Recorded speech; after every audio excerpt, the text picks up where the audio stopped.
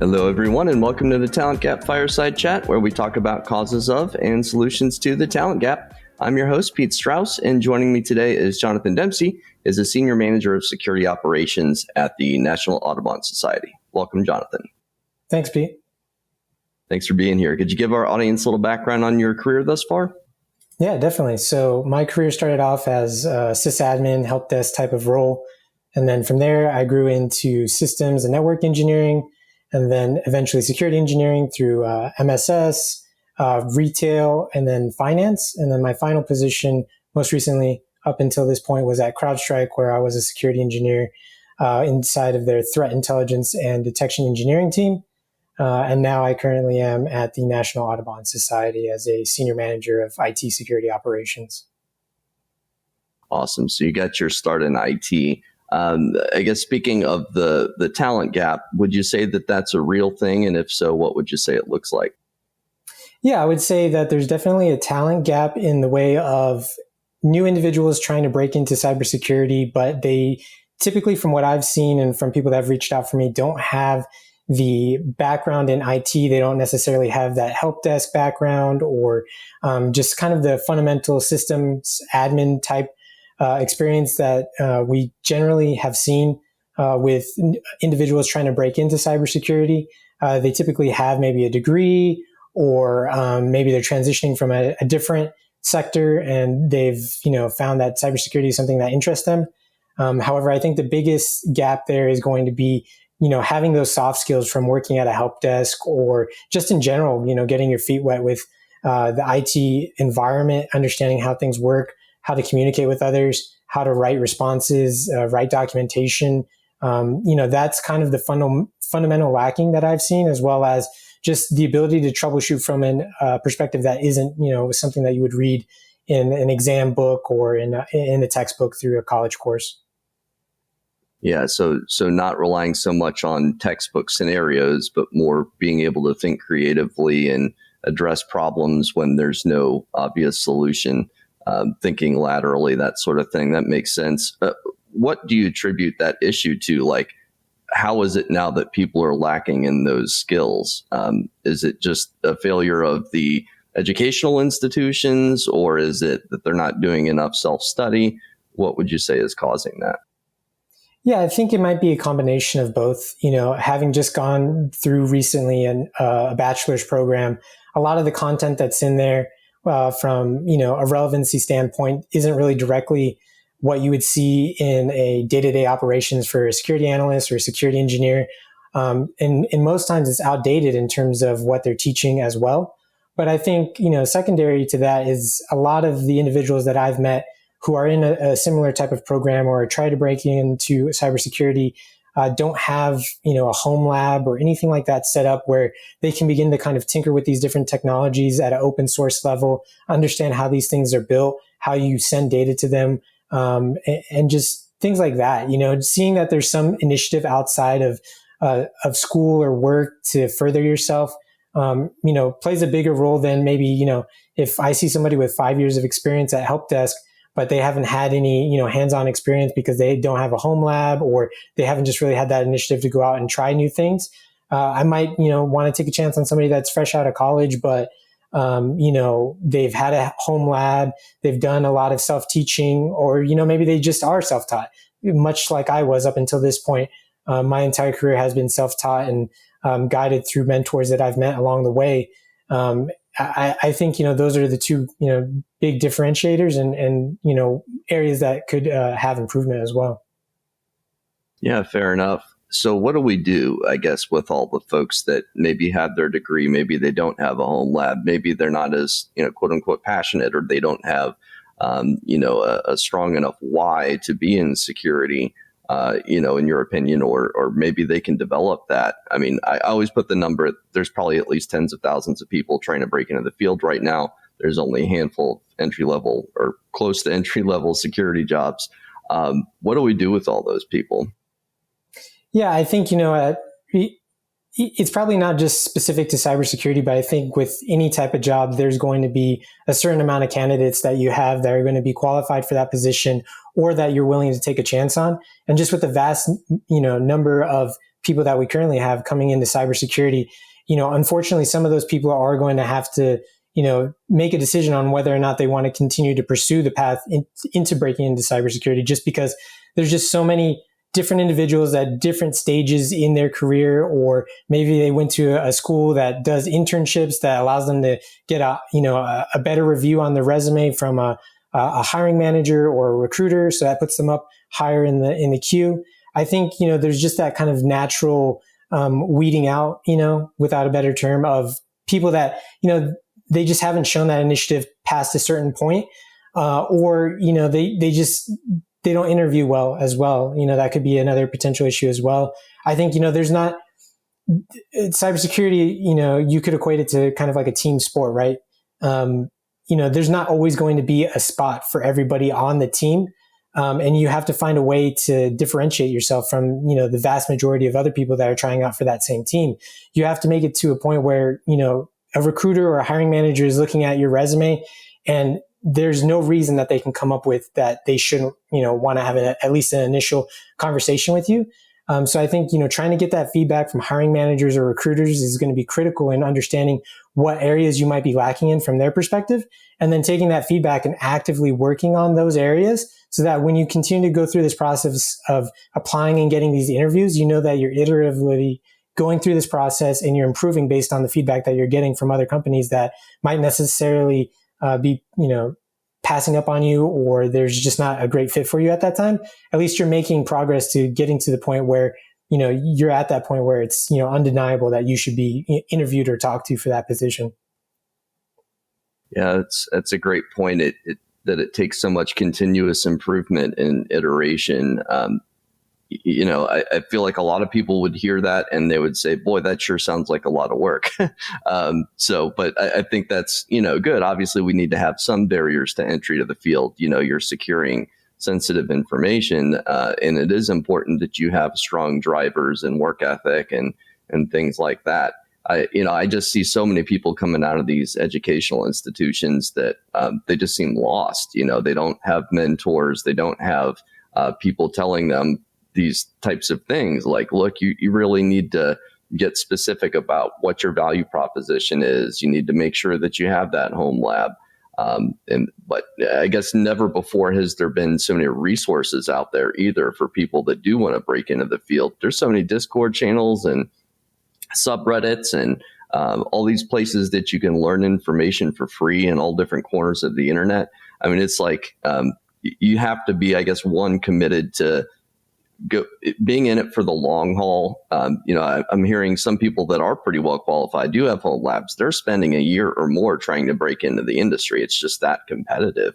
And it's not that they don't, have valuable skills for their level or anything like that. It's just that there's only so many seats on the bus. So you really, I think, have to have a really strong driver as to what's leading you down this path. And I think naturally, like you said, the folks that don't have that strong driver, they're gonna, they're gonna drop out of the process. It's, there's only so many spots on the team, like you said.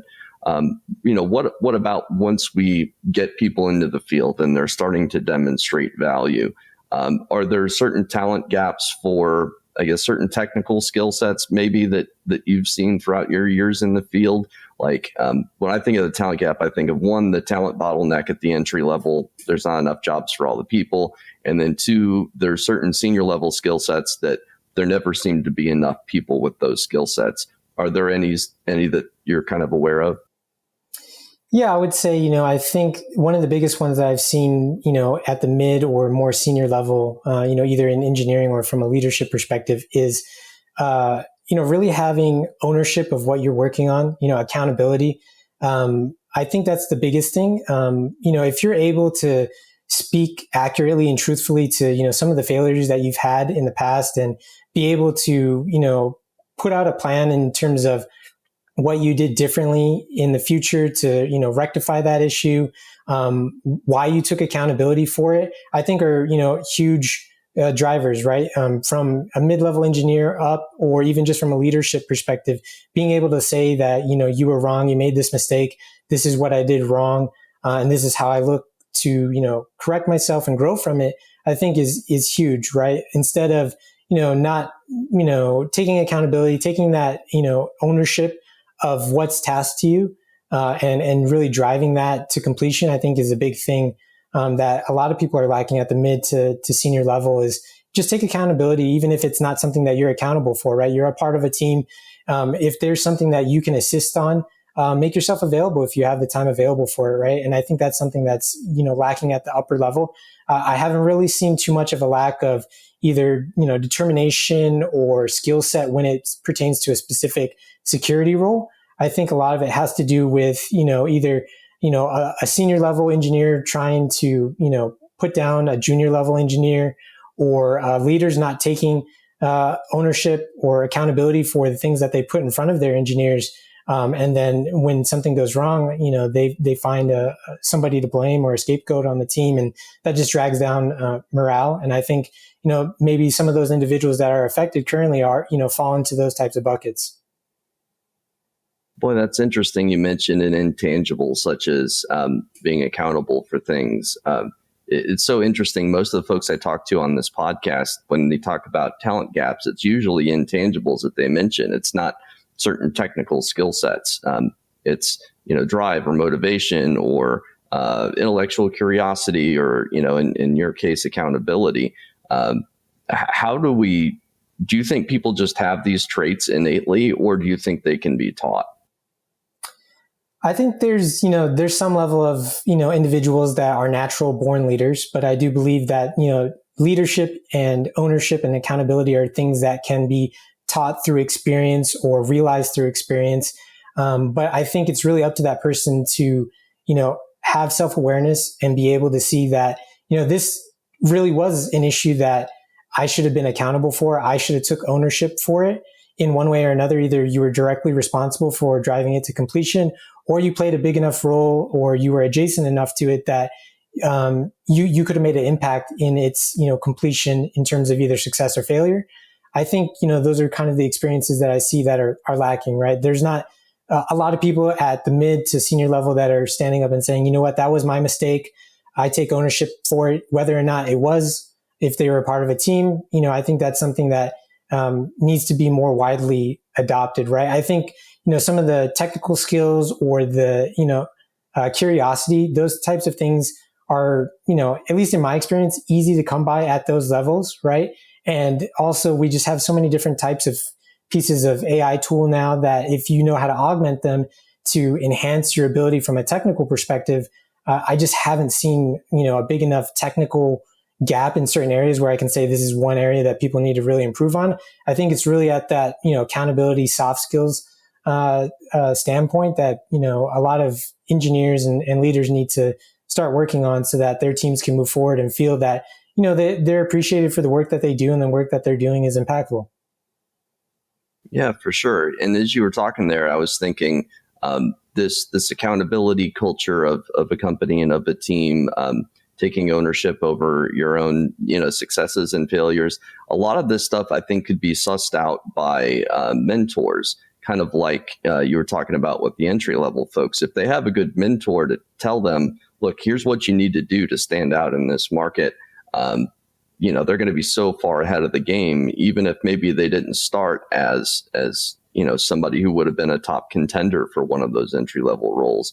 So how would you advise people to go about finding mentors or mentees to guide them through, some of these intricacies? Yeah, I think, from one perspective, if you're looking for a mentor, see if that person is somebody that you're already working with, right? Reach out to somebody that you want to be in their position, or you're interested in the type of work that they're doing, and see if they have the availability to, show you how things work on a day-to-day basis for them. Outside of that as well, too, there's a lot of people on LinkedIn, for example, that offer, guidance in terms of, resume reviews or mentorship just in technical areas. I think that's something that a lot of people should, start to take advantage of as well, too, is if you see somebody offering some sort of assistance, it's always good to get different feedback from different individuals, even if you've gotten feedback from somebody else. Feedback isn't always something that, is one and done. More feedback that you have, more data points that you can work off of from different perspectives, might be the edge that you need to figure out what exactly you can improve on to make that difference either getting the interview or doing better in interviews. And also, I think, from a mentor standpoint and looking for mentees, a mentor should be somebody that, when an individual comes to them, they have to be able to make that call in whether or not they'll be able to actively and accurately help them in terms of what they're trying to achieve versus just trying to give them blanket advice. I think a lot of what people are looking for is targeted advice for what they're trying to achieve, right? They're trying to maybe break into an analyst role, or maybe they're, an engineer now and they want to specialize in something like threat detection or something a little bit more specialized than just your general security engineering, infrastructure engineering, things like that. I think, the mentors need to have an understanding of what that person is looking for in terms of guidance, and then either being able to direct them in the right direction for another person that they have in their network that, might be a better fit for them and make that introduction for them.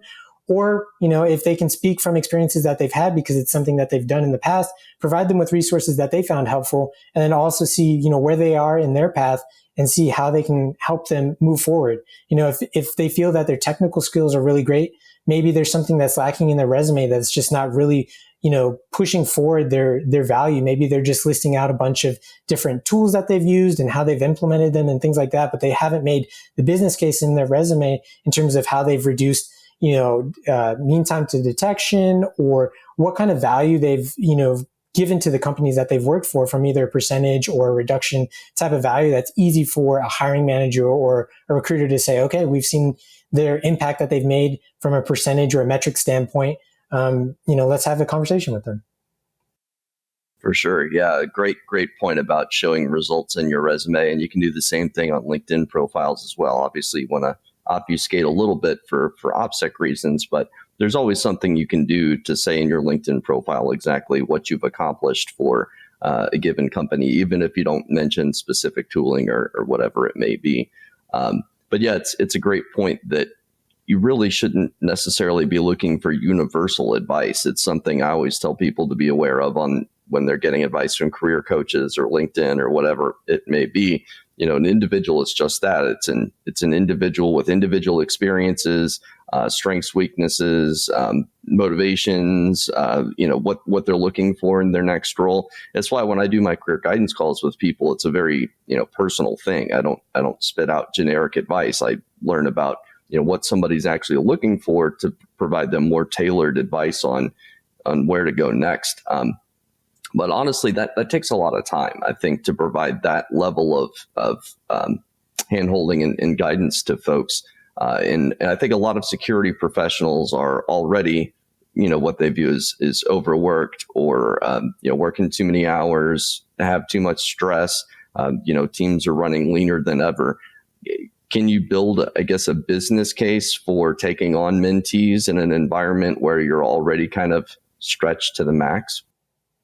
Yeah, I think, if time is a big constraint for a mentor, and, they've maybe identified some individuals that would be great mentees that maybe they want to bring up, or, there's been individuals that stress that they want a mentor, and maybe they've, outlined you as one of the people that they would be interested as having a mentor.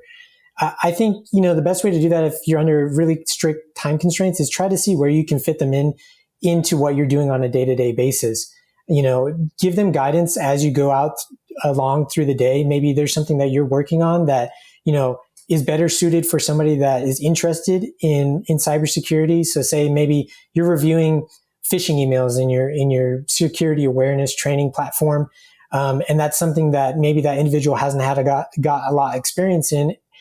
Having a brief overview of what you're looking for them to do in that platform, understanding, what to look for in the reported phishing emails to see if it's a true positive or a false positive, giving them the tools that they can access and utilize to make that determination, I think is a great starting point, because that not only alleviates something that was already on your plate, but gives them something that they're interested in learning more about. And they're getting exposure to different types of tools that you would have used to kind of come to that determination point. I think that, it shouldn't be looked at that if you're a mentor, you need to block off a certain amount of time in your calendar to provide that guidance to them.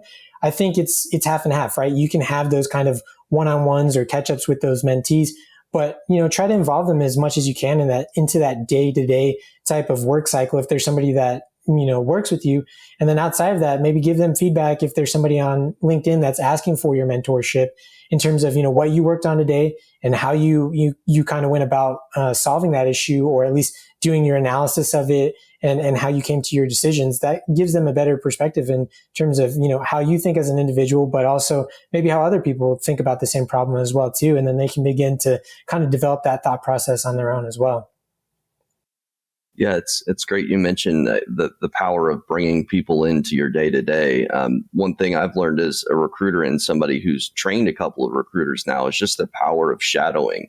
I would say, when I was first trained as a recruiter, I learned by far the most when I was just hearing somebody talk to candidates all day. I understood their cadence and how they dug in with candidates and things like that. And then when I was teaching people, I made sure to spend a lot of time just having them shadow me throughout my day to day, again, so they pick up on a lot of those intangibles and relationships and things that you just really can't get on a page necessarily, but that makes such a big difference to your ability to complete a job. Other things like you were saying, professionalism, how to write an email, just seeing people do this stuff, you just absorb it kind of by osmosis. And it's less of I think a heavy lift that way, where you've got to think about, okay, what do they exactly need to know next? What's the one point I should bring up that they really need to know next? You don't have to think about that. They're just learning as they go along. What about on the hiring side? And obviously you've interviewed for a few positions over the years. What do you think hiring managers are doing right or wrong right now? Yeah, I think, the biggest thing, just from my experience in cyber, coming from a really, different type of background, just self-taught up until just very recently, I think the biggest thing is, they're not actively trying to give that chance to individuals that, maybe they check a lot of the boxes, but they just don't have that paper experience. But they can speak technically to a lot of the questions that you have. I think that's one of the biggest things is, giving people a chance, right? I think there's obviously that aspect of the time allocation that you're going to have to give to somebody for that, might not necessarily have everything that you're looking for. But, in the environment that we're in right now, I think that it's going to be very difficult to find somebody that is going to fit everything that you're looking for, but also fit, what you have budgeted for that role. If it's on-site or remote, I think those are the factors that a lot of hiring managers are struggling with, and not putting into account that there's a lot of individuals out there that come from, non-traditional backgrounds that maybe, they have somebody that's a great candidate that doesn't need that extra assistance, or maybe they don't feel that they're taking a chance on them, but maybe this individual only needs 10, 20 hours of your time a month to get to a point where they have those same qualities as that individual. And you're helping them grow professionally versus somebody that, they're probably interviewing for a lot of different roles. And maybe they're just not, too enthused or, interested in the role that you have for different reasons. Maybe it's a monetary issue. Maybe you want to have a hybrid on-site role, but this other person, is willing to do whatever it takes to break in. They just need somebody to take a chance on them. I think that's one of the biggest things that hiring managers are getting wrong. And then outside of that, I think the biggest thing is also the way that they ask questions, and then the type of, homework or coding challenges that are presented in interviews, right? A lot of the questions that I've come across that I feel are the most accurate gauges of what an individual knows and what they can contribute to a team is situational and nuanced type questions versus kind of the gotcha questions like, what does SSL do? Things like that, those things can be easily Googled, right? We have AI tools now that we can augment to get those types of basic questions if we really need that. But on a day-to-day basis, I'm not getting asked, what level of the TCP IP stack is this happening in? What's occurring, during this type of data transmission? I ask questions that are situational based to get an understanding of what that person's thought process is, how they critically think through a process, and what kind of resources they're using to get to that determination point where they feel that this is the end of their, analysis versus, just those kind of gotcha type questions. I think that's the biggest thing, as well as coding, either take home coding, homeworks, or, live homework coding that you might see at like a FANG type company. Unless that person is coding every day, maybe they shouldn't be a security engineer. Maybe you should be hiring a developer or an AppSec security engineer. To just broadly say you need a security engineer, but then you're expecting them to, either code in Python, Rust, Go, whatever it is.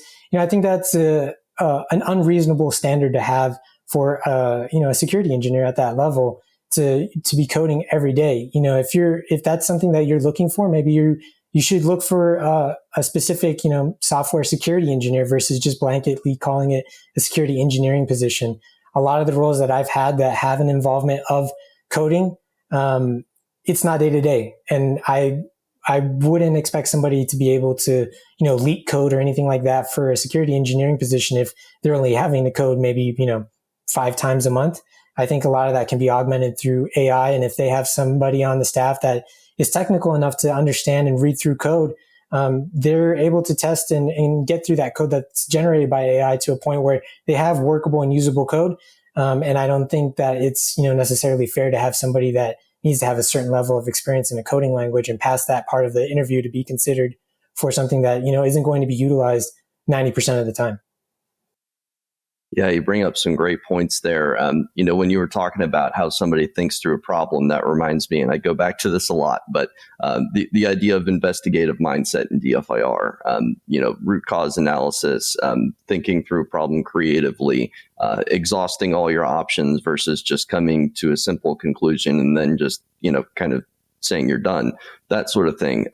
And yeah, those are not things necessarily that you'll get with just a simple question and answer type of question in an interview. It's better to understand how they think through a problem, what resources they would use, like you said, and how they're going to come to the right conclusion, which often involves a lot more than just knowing the answer. Most of the problems you encounter, you don't just know the answer to, you have to do research and, figure these things out. And research ability is so important. It's the same thing in recruiting too. I think part of the reason I'm an effective recruiter is research.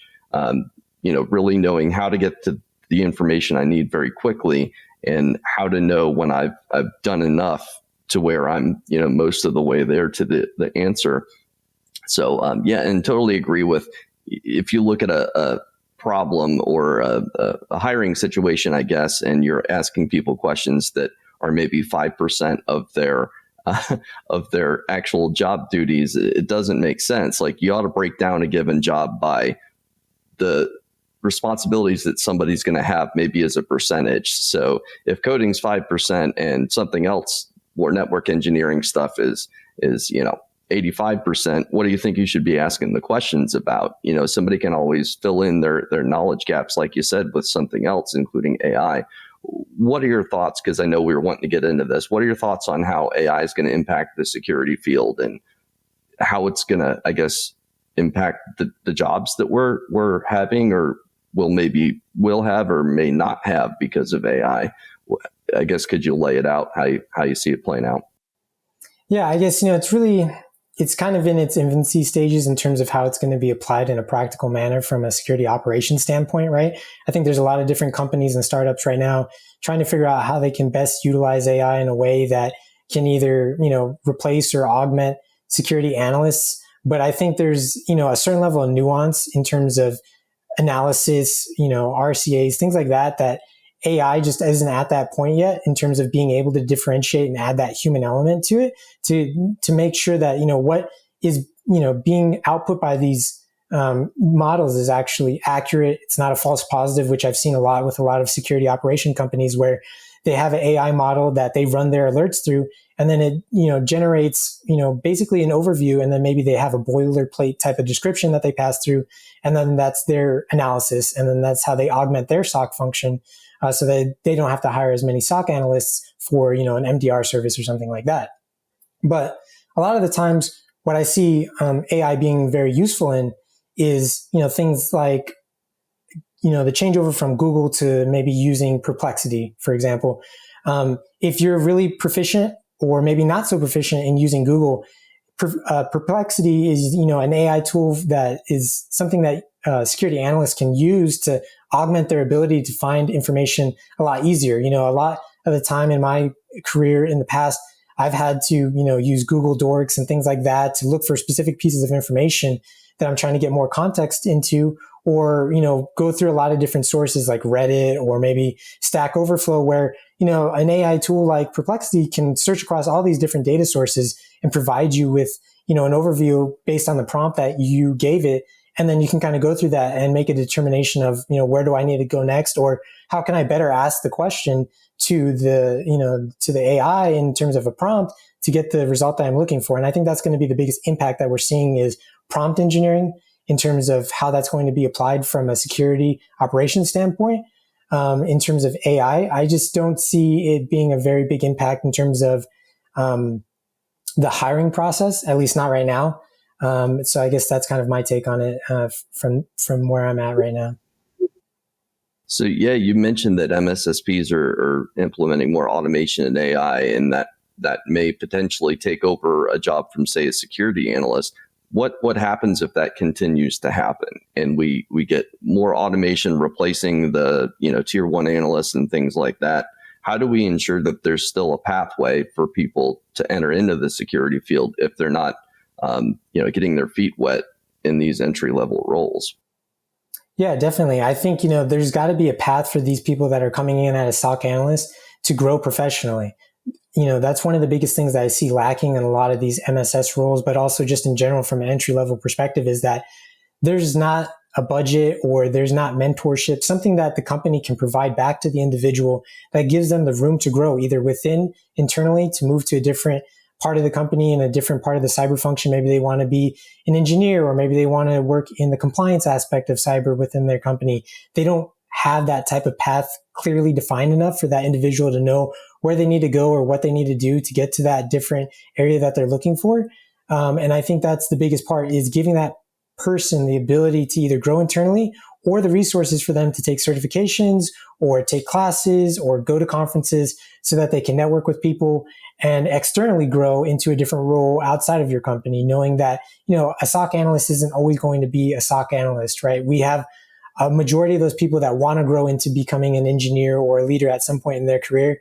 And I think the percentage of people that just want to stay as a SOC analyst is very few and far between. So we need to give them a pathway to grow into different roles, either internally or externally, knowing that we need to continually make that cycle of lifting people up into an entry-level role and then pushing those people up into different roles within the company to continue their growth and provide that additional business value, for the company, or externally, providing that experience elsewhere as well, and letting those people gain that different type of business sector experience that's going to only benefit them going forward.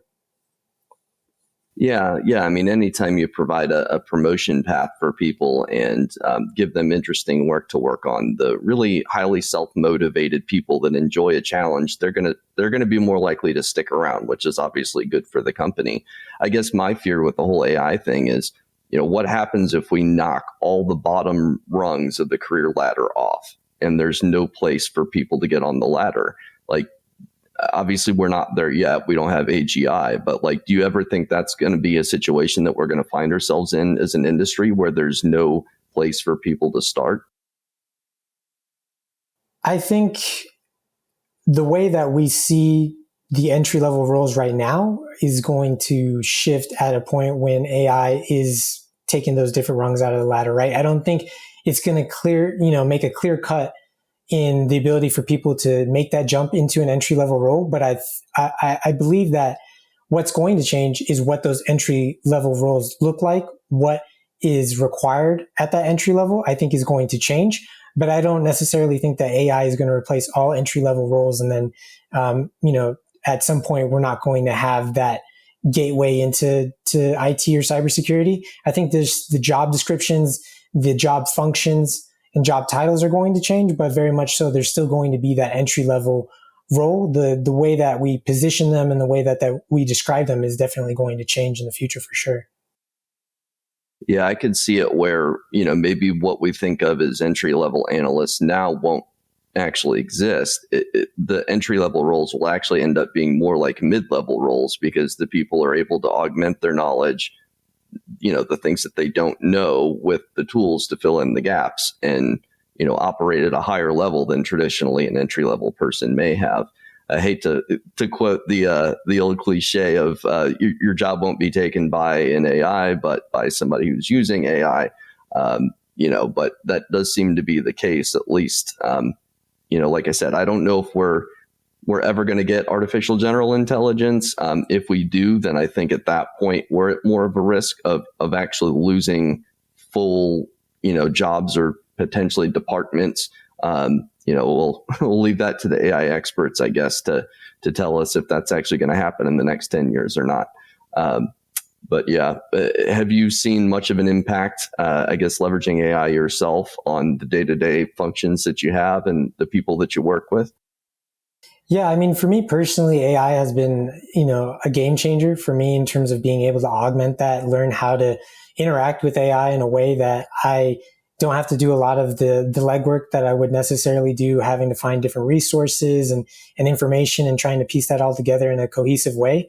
I think it's been like I said, a game changer for me, learning how to write prompts accurately to get the responses and information I'm looking for.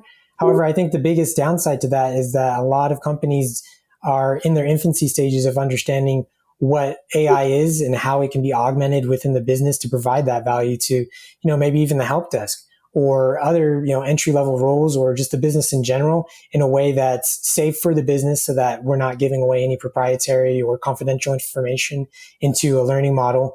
But also, having the willingness for the individuals within that company to start to use the AI, learn how to interact with it, how it works, how it functions, and how you can utilize it to augment your day-to-day functions by being a better prompt writer or using different AI tools for different aspects of your job, I think is going to be huge moving forward, is having that acceptance, being able to utilize the tools that are being developed that are going to provide more information at a more rapid pace at your fingertips so that, some of the other things that are required of you that have nuance in them, that have to have that human interaction, that have that experience that you have as a professional in your position, you can provide that energy to 100% versus, kind of going every which way direction with it. And I think that's the biggest hurdle that we're facing, right now with AI is one, understanding what safeguards and policies we need to put in place from a business perspective,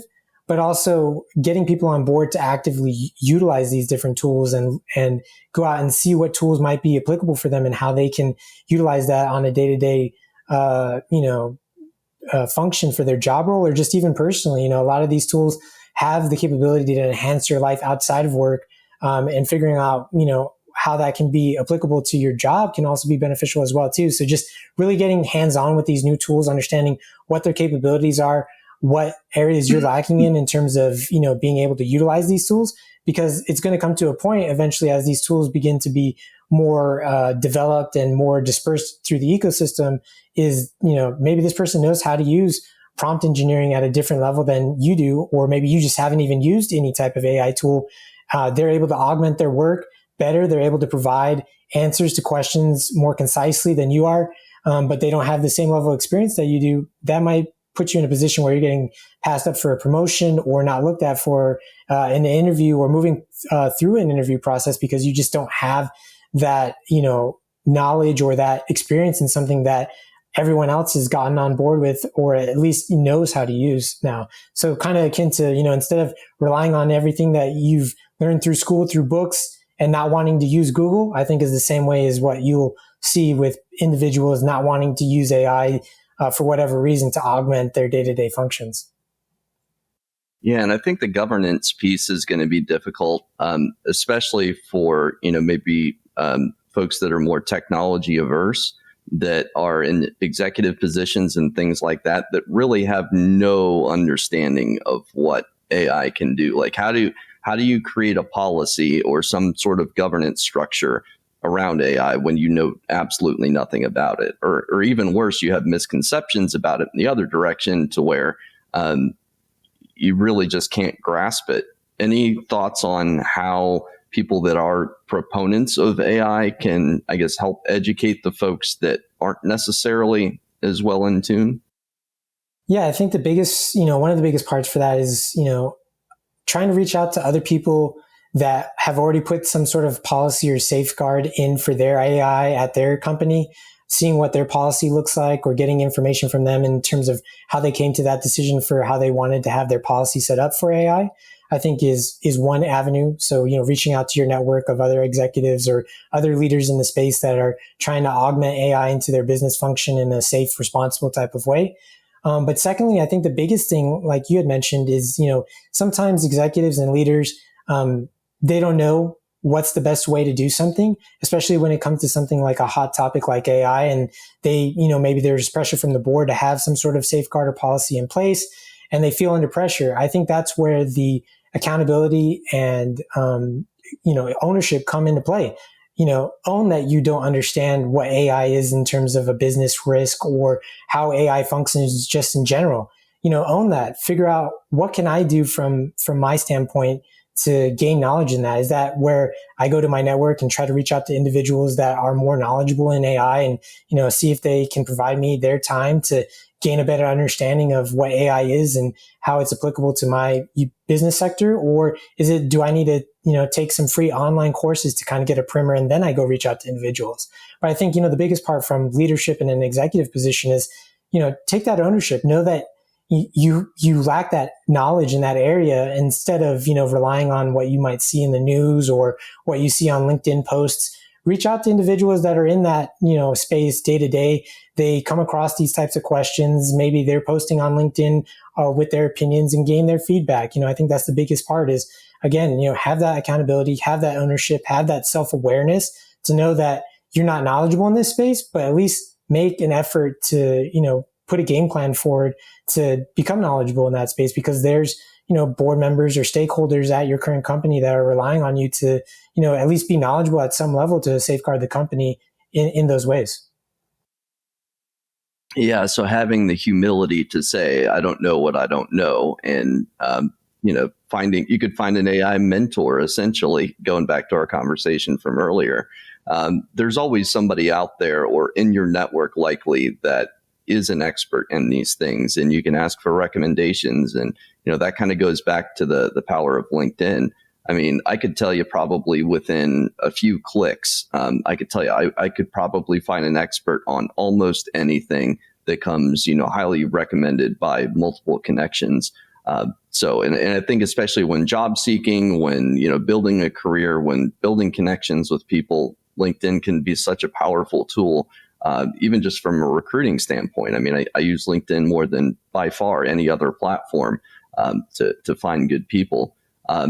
Any tips out there for, I guess, hiring managers or for job seekers as far as, leveraging their network for, the job seeking or the hiring process? Yeah, I think from a job seeking perspective, start to reach out to individuals that have the job that you're interested in or work at the company that you're interested in, right? Try to, send them a personalized note, right? So not something that, you had ChatGPT or some other, LLM generate for you. Personalize it, have that human element to it so that they feel like you're actually wanting to gain knowledge from them. And it's not just a blanket email that you're sending out to a bunch of different, senior security engineers in the space that you're interested in getting into. Personalize it, reference their name, go through their profile, pick out some interesting things from their profile, and relay that in the message so that those people feel like you actually took the time to read through their resume or their profile that they have on LinkedIn, and you've picked out key elements and you're making that message personalized. That will, garner more attention to your message and, have a higher chance of that message being responded to than, just a generic message or something that has been generated by a LLM. I would say for hiring managers, just be more open with, what's out there right now in terms of applications coming in, right? See what you can do. If you're not seeing the type of candidate that you want to see apply for that job, again, take ownership of that. That's, you're putting that job posting out. You have an expectation of a specific set of skills or a certain individual applying for that role, and you're just not getting that. Take ownership of it. See what you can do from your perspective to get those types of people to apply for that role. or, reach out to your network or the people that are applying and see, how you can assist them to get that skill set. Or maybe they're just not conveying that, appropriately to the recruiter or through the resume, and see if it's just something that, got missed through the nuance of a conversation that, maybe the recruiter isn't as technical enough to be able to relay that information to you as a hiring manager, and you're passing up on a candidate that does fit everything. I think, you have to take ownership. If you're finding that what you're looking for isn't out there, start to think, what exactly am I looking for if I'm not finding it right off the bat, knowing that there's this, large group of people that, from an entry-level position or even from the mid and senior level positions that are actively looking for a job from all the layoffs that we've experienced from the past, couple years. There must be something else going on that I need to address. Start to take that accountability and ownership, and then see what changes you get from an application standpoint and from the a talent pool that is applying for that job. Yeah, for sure. What I'm hearing from you is both on the hiring side and from the job applicant side. It takes a lot of individual attention and, attention to detail and personalization and human interaction, all of these things that really can't be commoditized. When I reach out to people as a recruiter, I'm looking to recruit them. I pay special attention to make sure I customize the messages to people, that they're really on target, that I'm not just, blanket email blasting folks. And when I first was trained as a recruiter, it was very much volume and just meet as many people as you possibly can. And ultimately, you're going to cast your net wide enough that you're going to, eventually get that fish that you want. But these days, I think people are inundated with so much spam and mass communication that just a little bit of personalization goes a long way. And on the hiring side is that individual attention to applicants, I think makes a big difference, especially when you figure that your recruiting team posts that job and they're getting thousands of applicants, sometimes within a few days. It's crazy the amount of volume that recruiters are seeing these days, and they may have 10 different jobs on their desk. And I would say if you're getting 2,000 applicants to a role and you can't make a hire, like you said, something's probably wrong. You need to do some, self-reflection, have a little humility, and figure out what's going on. In some cases, it may take rewording the job description or talking to the recruiter. Or if your recruiter isn't well versed enough in, say, security, maybe talk to a recruiter who can give you a little bit more guidance and market intel, that sort of thing. But for a lot of these things, it feels like there's really no shortcuts. You have to spend a little bit of time on the front end. That's going to save you time on the back end, as I always say. But yeah, we're coming up on time here, John. So just one last question for you. Is there anything that we're not talking about in the industry, but we should be, especially as it relates to hiring? Yeah, I think, something that we're not really talking about in terms of hiring is just some of the points that you touched on is really, what are you looking to hire for? What problem are you trying to solve, right? I think a lot of these job descriptions are a blanket use case for, we need to see every piece of technology on here. We need to see experience in every piece of technology. But at the end of the day, you're posting that job to figure out, who we can put in this role to solve this specific problem. So if you have that type of job description that has such a great length to it, I think you need to go back to the drawing table and understand, what exactly are we trying to solve by hiring this person? If it's, a specific piece of technology, then maybe they don't need to know every other, piece of technology that isn't related to that, and focus in on just what exactly it is that they're going to be doing on a day-to-day basis and hire exactly for that type of role versus, looking for all these nice to haves or preferred type of, attributes in somebody that you're probably not going to utilize, because for a fact that when you onboard this person, they're going to be working on X, Y, and Z, and only X, Y, and Z for the foreseeable future. There's really no need to have that, type of information in a job description that might be displacing somebody that has that specific knowledge that you're looking for. And the recruiter is trying to get as many, these bullet points that you have in your job description, laid out for you, so that when they present the potential, person to you as a potential client, they feel confident that they're going to hit all the marks, when, really you're only looking for maybe 2 or 3 of those things, I think is,